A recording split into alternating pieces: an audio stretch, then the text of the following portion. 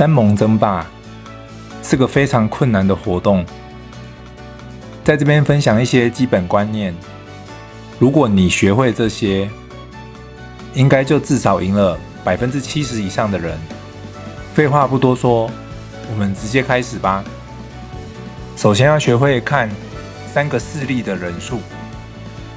这一场我方是蓝色，所以要看右边蓝色的部分。可以看到我们 FOF 有12个玩家，地图右上角是红色的 GOD， 地图左上角是橘色的 DOD。 以人数比例来看，右上角的战线大概会几乎持平，左上角的战线可能会被压迫得很严重，所以可能要稍微注意一下左上角战线的防守。在比赛正式开始前，除了观察3方人数差异，还有另外一件事，就是记得使用全部的宠物 buff。 无氪玩家可以不用开 buff， 只要开宠物技能就好。小氪玩家可以考虑开 10% buff， 大氪玩家通常会开 20% buff。 比赛开始后，先积极扩张领土，但是我会建议你3支部队先走同一路，这样子比较容易控制，才不会画面一直切换来切换去，头昏眼花，也比较容易自己制造机会，给自己当垫脚石，作为途径的人数补充跳板。是不是不知道途径怎么用？先看看这张图，右边的4/6代表这个据点有6个部队，而你的战斗顺位是排第4。这种时候你就没有办法使用途径，这就是我常常会说的部队卡在这里。你会看到人数一直变化，代表有部队进来又出去。因为途径的条件是部队要超过5个，而且战斗顺位要大于等于6，所以你的战斗顺位如果刚好是第5个，那你就不能途径，就会被卡住。然后途径是一种进攻手段，所以你只能选择相邻的敌方据点。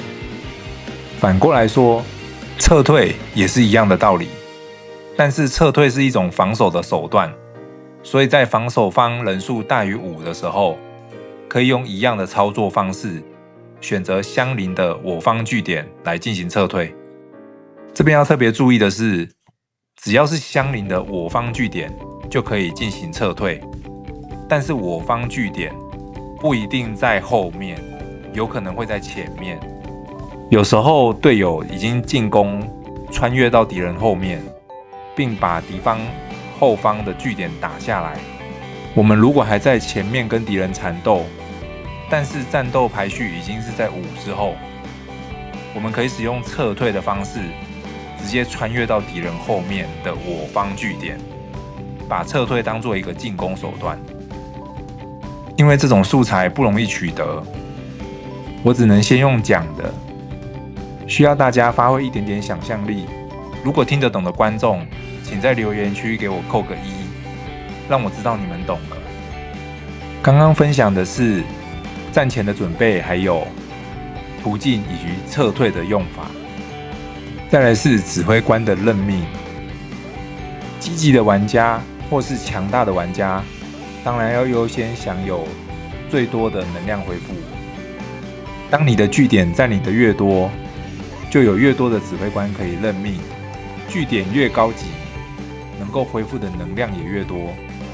但如果你刚好是前线某个据点的指挥官，因为前线的据点战况非常激烈，常常会易主，所以你的指挥官权限可能就会一下子突然消失。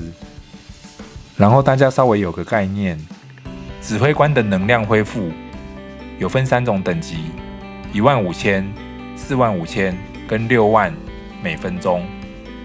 其实就算是最快的6万每分钟，也就等于每10秒恢复1万而已，并没有说真的很快。为什么我会说这个没有很快？后面会再跟您详细说明。再来，现在占领到了中转枢纽。中转枢纽就是与敌军交战的最前线，这个地方通常需要大鲸鱼来镇守。可是你常常会遇到的状况是，敌军大量进攻，人数超过5个，使用途径战术，直接屠到你后面的神庙。所以大家不只要注意中转枢纽的防守，也要预防后面的神庙被对手屠尽。如果神庙丢失，那损失将会很大，因为神庙可以贡献的分数非常多，也可以给指挥官恢复45000的能量。我最讨厌的就是敌方的超级大鲸鱼直接屠进到神庙的位置，赖着不走。请大家一定要特别好好防范这边的敌方大鲸鱼的进攻。我这边要表现的是一个有点特殊的操作，学会这招，你至少赢了80%的人。可以看到橘色正在进攻没有主人的中转枢纽，所以对这个据点来说，橘色是进攻方， NPC 是防守方。如果我也参入战斗，会变成怎么样？我是蓝色，可是我也是进攻方。答案就是进攻的人数大于5，我的战斗序列在第6个之后，所以我可以突进到对手后面。可以看到我就这样直接偷渡到对方后面的神庙，然后就不管他了。这种借力使力的方式，利用其他进攻方达到自己途径的目的，非常厉害，非常好用。虽然这边敌军还没有全部撤出，所以我太早进去就碰壁了。如果敌军撤出太快，后面的切沙雷士兵就会被我全部吃掉。这种战术一体两面，如果你是进攻方，就要好好利用；如果你是防守方，就要小心敌人利用这种战术，好好的进行防守。在红色的领土，我会再做一次这种操作。我是蓝色，蓝色跟橘色都属于进攻方，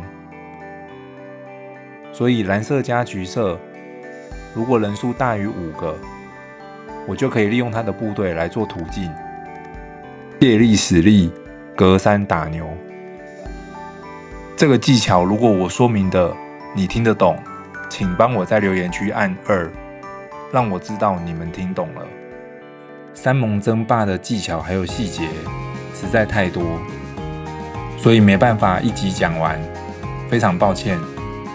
刚刚教的大概都是一些途径的方法，如果想了解无氪小氪玩家要怎么利用途径的方法得高分，请参考我这部很久以前的教学影片，告诉你该怎么布置途径的机会，还有途径之后该怎么做，让你即使是无氪玩家也有机会得到第1名。三盟的相关攻略，请继续点击观看，一定可以帮到你哦。